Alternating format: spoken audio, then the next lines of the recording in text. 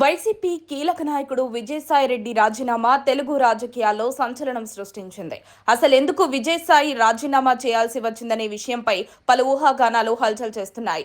విజయసాయిరెడ్డికి నారా చంద్రబాబు నాయుడు కుటుంబంతో బంధుత్వం ఉన్న విషయం తెలిసిందే కదా. ఆయన స్పీకర్కు రాజీనామా చేసిన వెంటనే ధన్కడ్ గెజిట్ విడుదల చేయడం రాజకీయ వర్గాల్లో ఆసక్తికర చర్చలకు దారితీసింది. ఇప్పుడు ఆంధ్రప్రదేశ్ కోటాలో ఒక రాజ్యసభ సీటు ఖాళీ అయింది. ఉప ఎన్నికల నోటిఫికేషన్ ఎప్పుడైనా వెలువడే అవకాశం ఉంది.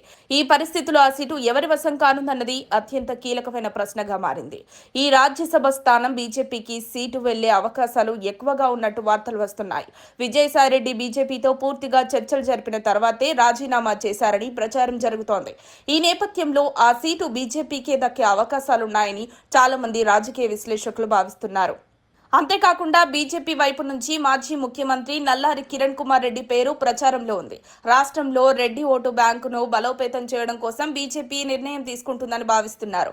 కిరణ్ కుమార్ రెడ్డి ఉమ్మడి ఆంధ్రప్రదేశ్కు చివరి ముఖ్యమంత్రిగా పనిచేశారు.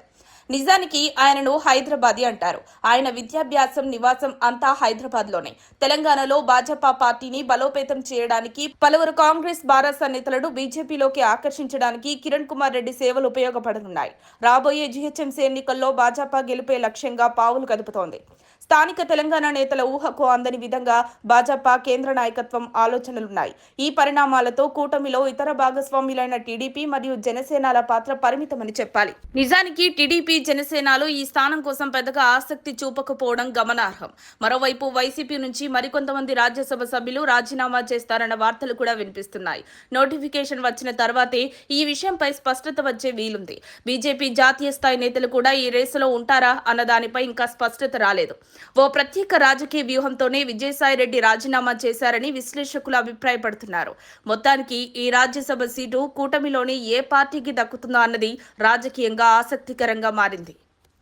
మరిన్ని అప్డేట్స్ కోసం మా కాయ్ టీవీని సబ్స్క్రైబ్ చేసుకోండి.